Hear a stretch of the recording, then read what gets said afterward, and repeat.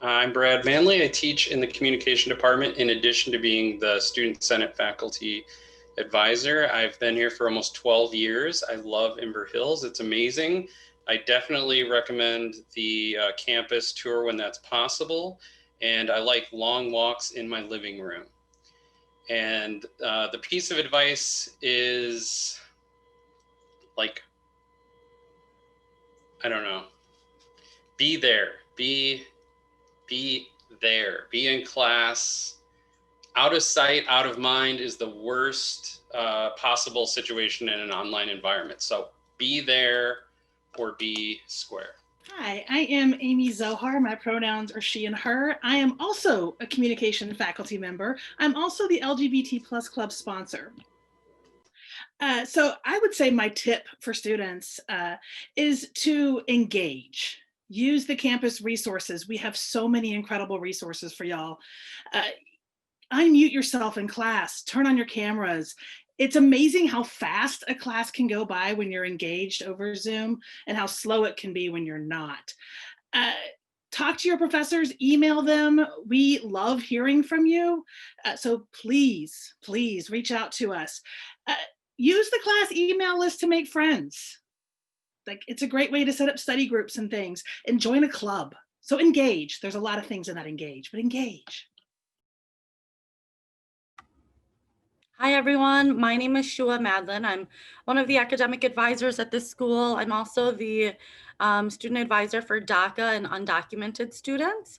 Uh, I have been here for about 5 years. Happy to see a lot of you guys here with us. I recognize some of the participants, so hi again. My tip would be to ask questions. Really, there are no stupid questions because those generally um, are really good questions that you're wondering about. And typically, like, we can help you with whatever you're looking for, whether that's academic resources or resources outside of academics. If I can't help you or if an advisor can't help you, we can refer you to another resource. And also for students that are undecided, you're probably thinking like, I don't want to meet with an advisor because I don't know what I'm doing. Well, that's more the reason to meet with us. And so meet with your advisor right away, establish that connection, that rapport. And so we can help you plan because it's never really too early to start planning. So again, reach out to your advisor. That's my biggest tip. Hello, everyone. My name is Ben Smith. I am work in the enrollment center. I have been with Inver Hills since February. The advice that I have is always ask questions, reach out, get involved, um, and always make sure that you check for deadlines when payments are due, um, and stuff like that. Hello, everyone. My name is Mary. I'm a student here at Inver Hills, and my biggest tip is to read the syllabus for every one of your classes. It is so important. So make sure you read the syllabus. Hi, everyone. I'm Anne Sandine. I'm working on my associate arts degree here at Inver, and my biggest tip is to take advantage of the tutoring on campus. Like, you are not considered dumb for going to tutoring. You are smart enough to ask questions when you need it. I have taken two like writing classes on campus, and every single paper I have, I go to the tutoring center and have them read over my paper. So please take advantage of the tutoring. My name is Mercy, and I'm a nursing student. I've been here for almost 4 years now, and my tip would be to start strong so you can relax at the end of the semester. Don't procrastinate. Um, Join clubs, get involved, ask questions when you have to. Hi everyone, my name is Tommy, and I am a student. I study psychology, and this is my second year at Inverose. And my tip is to utilize rate my professors. That is going to be a great help to know who you want to teach you. So I think that'll be a big part of the semester this year. The first question that we have is, do you have any advice for students who are a little shy for Zoom meetings?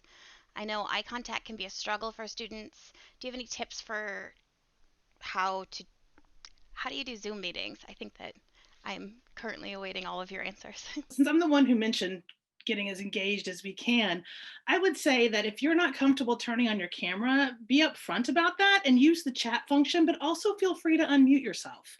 You don't have to be on camera to talk. So really do what you can to the best of your abilities, but make sure you're staying engaged. Don't be the one who's muted the camera, muted the microphone, and then ghost us. So I would say absolutely do to your limit of comfort, but also challenge yourself to like, okay, one day this week, I'm going to turn my camera on in one class and see how it feels. And just push yourself as you can. I would just add to that it does feel weird and awkward, but like anything, the more you do it, the more comfortable you're going to be. So, definitely follow your comfort level, but push yourself to get out there, and then also make sure maybe to communicate that with your faculty, just to make sure that they're in the loop as far as like how you're feeling.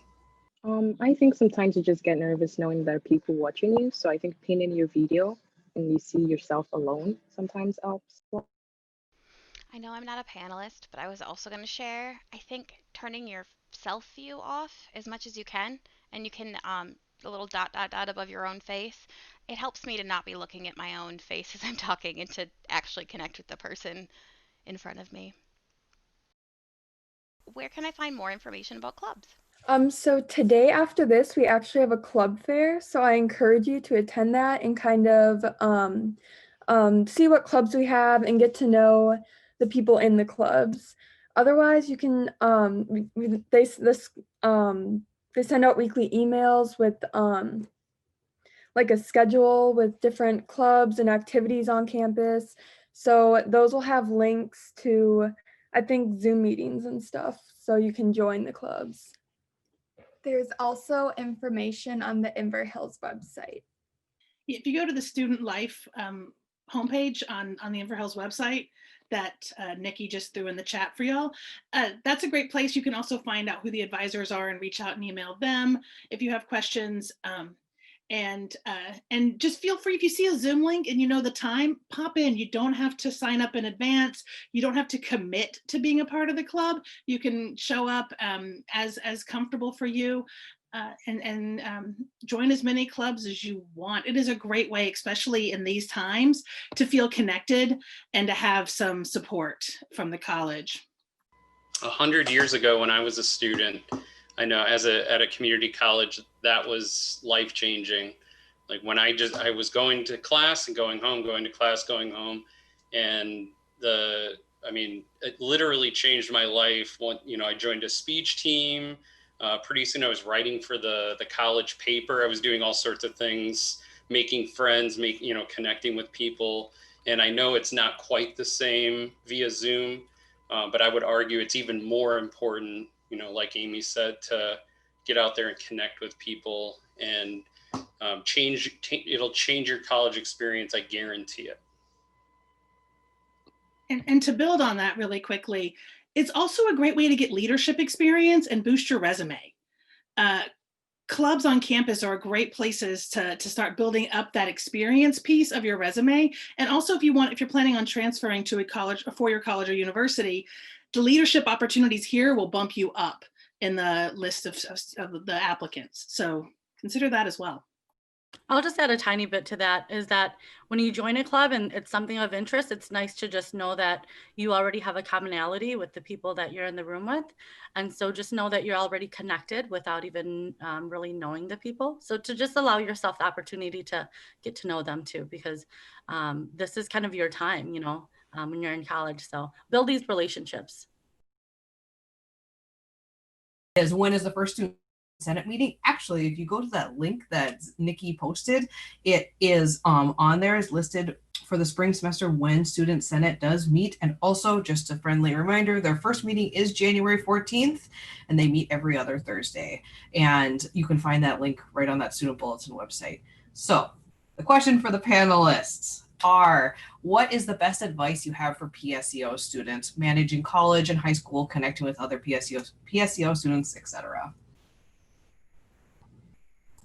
So Mary and I are actually PSEO students, and I would say is I know it's hard on Zoom and online, but get to know your classmates. And a lot of my classes last semester, the first week for discussions was like you post a little paragraph of like get to know me, and you can say like I'm a PSEO student, and other people will probably comment and say, hey, I'm PSEO too. So that's a great way. And yeah, just be involved in campus, join clubs, and there's lots of other PSEO students out there. So Do you recommend sending an email to your teacher if for whatever reason something causes you to turn something in late? More specifically, is it okay to keep teachers up to date via email, or do you find that to be intrusive or an issue? And I think just generally, like, what are the best tips for interacting with faculty for your classes, especially if you feel like you're falling behind or something might be going wrong? I can start from like the advisor lens because I work with a lot of students when they need to get in touch with their instructors. And really it's going to be, I think, I don't remember if it was Mary or, but read the syllabus because your instructor is going to have their preferred mode of contact. It might be by email. It might be directly through D2L. It might be a phone call. It might be jump into their office hours. So really read your syllabus and know that just because one instructor does it one way does not mean that another instructor will do it the same. I don't know if the faculty kind of want to answer a little bit more in depth. So I'm a communication person, and so I'm always going to lean into the lens of communication. I would rather know that something's going to be late so that we can have that communication than just you assume that late's okay. Kind of about time, respect of time. To me, communication is always going to be the space where you can help make that establishment. Somebody asked also about open office hours. That's another option. Every professor has office hours that are open either through Microsoft Teams or Zoom. And again, the syllabus and D2L page will tell you that information.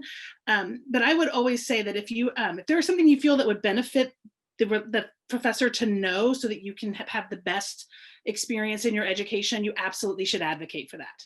Yeah, again, communication faculty, so obviously I'm going to promote communication, but each instructor being different, reaching out to that instructor and finding out. They should do some sort of introduction on day one. There should be information in the syllabus. And I give a lot of different ways to communicate with me. Email has always been sort of Inver Hill's, I'm going to do air quotes, official line of communication. But yeah, we have Zoom. I have an office phone. Some instructors will give you their cell phones or home phones. So you just kind of want to follow their lead on that.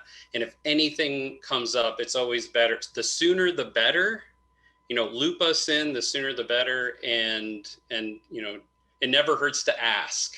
So don't, the worst thing that they can do is say no. Can I turn this assignment late? Can I still complete this work? Better to find out for sure than just make the assumption and go away. You'll find that most of your instructors, Amy and myself included, are pretty flexible. So. And in that email, include what class you're taking with them and the time of the class. Because most of us are teaching 5 classes. And so can I turn my assignment late? I don't know what assignment you're talking, what class. So just give as much information as you can. More is better in that space. So we have another question, and it is, I have my first English class at Inver Hills this semester, and I have not used the tutoring service before, but would like to try it. Is this through a Zoom format? And I'd like to be able to get a face-to-face help with papers and things like this. And Zoom is as close as we can get. So if anybody's had tutoring before or any experience, anything like that, with how we do tutoring right now, that'd be great. Any information about it? Yeah, so Anne and I both used the tutoring center last semester through Zoom. So what I did is I went on the tutoring website, and from there you set up a meeting with the tutor, and they're going to send you a Zoom link. And then once you get into the meeting, I did share screen so that the tutor could read my paper. And also I met with a tutor, and he recommended emailing my paper to him. So different tutors have like different preferences. So some will like screen share, some you might want to prepare to email it.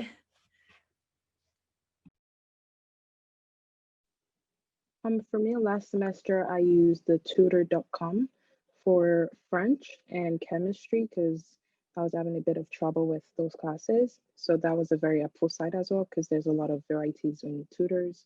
And I found a bunch of people that were willing to help. And I even set appointments with those I like the most. So you don't have to use like random person every single time if you have a specific class and a specific person you like to tutor you. And just one more note about tutor.com. It is available 24/7. So if it's 2 a.m. and you're working on your paper, you can go ahead and log on to tutor.com. And you can sign up for tutoring times through the D2L site. If you click on resources in your class site, and there's tutor.com is there, you can click to the Learning Center there to register for a time to set up with somebody with the Writing Center and the Math Center, and utilize those resources. The library also has resources to help you with research and things of that nature, and all of that can be found in the D2L page as well. And oftentimes there are tutors for subjects just not with writing and math. And so if you're taking a specific course and you're struggling, there likely could be a peer tutor in that area. And so even if it's I heard someone say chemistry, but if it's, I don't know why I can't think of another, psychology. And you might be thinking, well, it's not writing or it's not math. Well, there likely is still a peer tutor or a tutor that can help you with other subjects as well. And just really quick, whether it's a tutor or faculty that you're getting help with an assignment, again, procrastinators unite. You know, you really, the sooner you can get that help, the better. And when the 24-hour access is awesome, like 2 a.m., I'm sorry, I'm totally in bed.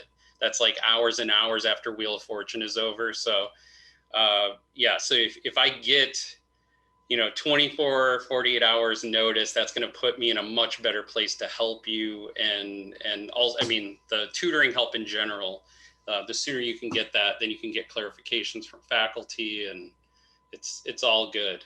I wanted to say, what other resources can students utilize for courses besides tutoring services to be successful? I can go ahead and start. Obviously, I'm from advising, so obviously advising, but the other area that I refer a lot of students to are going to be accessibility, our accessibility resources office. So if you had an IEP or a 504, and even if you didn't, but you are feeling like you need additional support or accommodations, get connected with Randy from Accessibility Resources. That would probably be one of the biggest places I refer students to.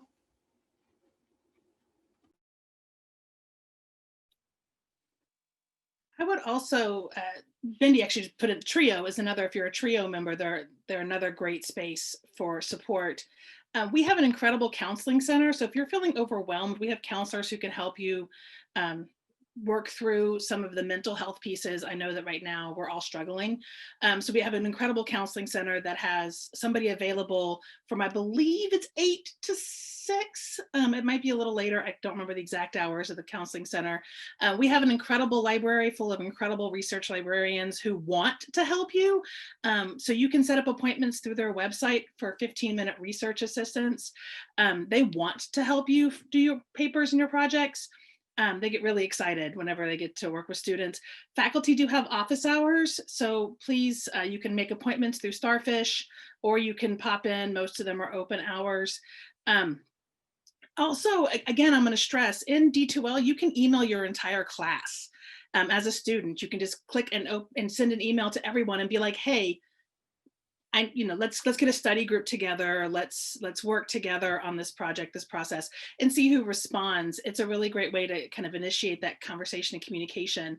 And I mean, pretty much anybody on campus is there to help you in any way they can. So if you have a relationship, or if like Nikki or Jenny, you feel connected to them after today, you can reach out to them too, and they can help connect you with resources. So there's a lot available to you. It's just a matter of reaching out and asking questions and finding out what's available. Um, I still want to collect resources, but one question we did have that I think that fits into this is, could you guys talk about what starfish is, since Amy mentioned starfish? I can a little bit here. And that should have been my number one tip, actually, as I sat and listened to everyone else's tips, is that we use a platform called Starfish to connect with students. And so the faculty can raise flags if there's a concern in the course. The faculty can send you kudos and let you know, like, hey, you're doing well, or send you messages about how you're doing. But that's also where advisors will connect with you. Advisors will also see the flags that are raised in your classes, and we really use it as a tool to help you before you're in a position where it's too late. And so you can set up appointments through Starfish with a lot of different departments, actually. There are quite a few departments who use Starfish now. You can set up the appointments. This is where we can send you communications. If some of you students have already set up appointments or been with us in the past, you will receive emails via Starfish. Sometimes they go to your junk mail. So even when we wrap up today at some point, if you've never received a Starfish email, that's probably sitting in your junk mail. But it's just a really great tool that a lot of the different offices use to really help you be successful and make sure that we're communicating what we need to with you, and just kind of keeping track of where things are at. Hello. Okay. So just kind of a general question also for the students that are here, since you are current students at Inver Hills. So what are some best tips to budget your time when you have 3 to 4 asynchronous classes and you're working at your own pace? So I have not taken a lot of asynchronous classes before, but one thing that kind of helps me is if I say, okay, from 10 to noon, I'm going to sit down and I'm going to work on this one class. And then I might take a break for lunch, and then I might come back and say, from 12:30 to 2:30, I'm going to work on this class, and kind of do that. And that's exactly what I tell my students too, is if you are taking an asynchronous class, I want you to treat it as if you have specific meeting times. Even though you're not meeting with anyone, that's designated time for you to be working on that particular course. And so if you know that you don't work until 11 a.m. every day, then maybe you need to slot from 8:30 until 10:30 to be doing coursework, or whatever work makes the most sense for you. Maybe that's after, maybe that's at 6:30 at night until 8:30, but making sure that you designate the time, you stick to it, and you kind of follow through with that to be successful, because it's really easy to procrastinate, as Brad said, in asynchronous courses, because you're not per se expected to show up at a particular day or time, but you still have weekly deadlines, assignments that are due, quizzes that are potentially due. And so just designating specific days and times and sticking to it. And get a planner. Something that you have to fill out that will make everything real. And plan for 3 to 6 hours per class a week. I mean, don't think of it, because it's a 3-hour credit, so it's 3 hours a week. So you should think about that's also, this 3 to 6 hours includes reading time, includes work time. So really plan for more time than you're going to think you're going to need, and then it's better to have a reward than the anxiety of running out of time. And I think Brad said have a planner, and I think that's a very great idea, because most of the classes I took last semester at the coursework for the semester already opened, and you can see what was due at a specific date. So just planning ahead and knowing what you need to do at the right time. Okay, we have about 5 minutes left for this session. And we have a few questions here. So what I thought might be nice is if we can go through our panelists one more time. There was a few questions that were asked, and I'm gonna kind of run through them. So there's a few questions about is it possible for me to be in clubs if I have kids? And also, how do adult learners, people with families, people who are parents, how do we adjust to learning, especially if we haven't been in school a while? These are big questions, and I'm giving you a short amount of time to answer them. But and then the other questions that we have are, how would we be alerted if a professor can't teach a session? How would we know how to become a member of a club? And then So what I'm hoping to do is just go through and let our panelists sign off with the piece of information that we're hoping that we didn't or that we haven't covered yet, right? So like our final touchback, right? So if you need to print, this is how we do, although I don't know if anyone would say that, but if everybody wants to quick share, and maybe we can start with Mary and Ann because they're right below me and I picked on them. Okay, so one of the questions I'm seeing in the chat is it possible to be in clubs and I have kids? The answer is yes, it's totally possible. And one thing that's nice with clubs being online now through Zoom is that you don't even have to leave your house. So you don't have to worry about finding someone to watch over your kids while you're at the club. I don't know. Do we have an order or can I go? No order. Yeah, you can go. Thank you. Yes. Okay. So for the adult learner that's not feeling sure, they've been out of college for a while, I will tell you a secret. Those are officially my favorite students because just the fact you're having that thought tells me that you are going to prioritize things and ask questions as needed and work on the material. So don't be afraid, get in there, mix it up. It's one of those things. I have this like built-in insecurity myself, which is really helpful in helping me over prepare. So don't be afraid, get in there, mix it up. You're going to do great. I would also say the biggest piece for adult learners is oftentimes just learning the technology, depending upon where you are with, your comfortability with technology. I run into that quite a bit. Like you're going to get through the content just fine, but like first you got to find out where is that content? Where are the instructions for what I need to do? And so really familiarizing yourself with D2L and whatever technology is needed for your courses. But yeah, like Brad said, just that insecurity of not being sure if you'll be fine. It's kind of like you'll probably just be fine because you have that thought already. And I'm going to jump on that really quickly as well. We understand that you're all at home. We are too. Our dogs and cats and children and spouses and everything, is going on around us at home too. So we understand that. So just be upfront, like again, that communication piece. If your world's imploding at home, maybe that's the day that you email a professor and say, hey, I'm sorry, I'm not going to make it to class today. The world is ending in our home.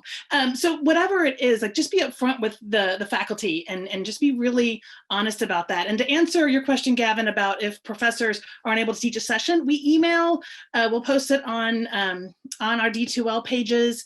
We also we have to report it to the school, so it may show up on the school homepage as well. There's sometimes a list of classes that are canceled for whatever reason. So we do communicate that with you as quickly and as early as we can, so you can plan accordingly. And in some cases, it's already built into the course syllabus if a faculty member knows that they're not going to be there at the beginning of the semester.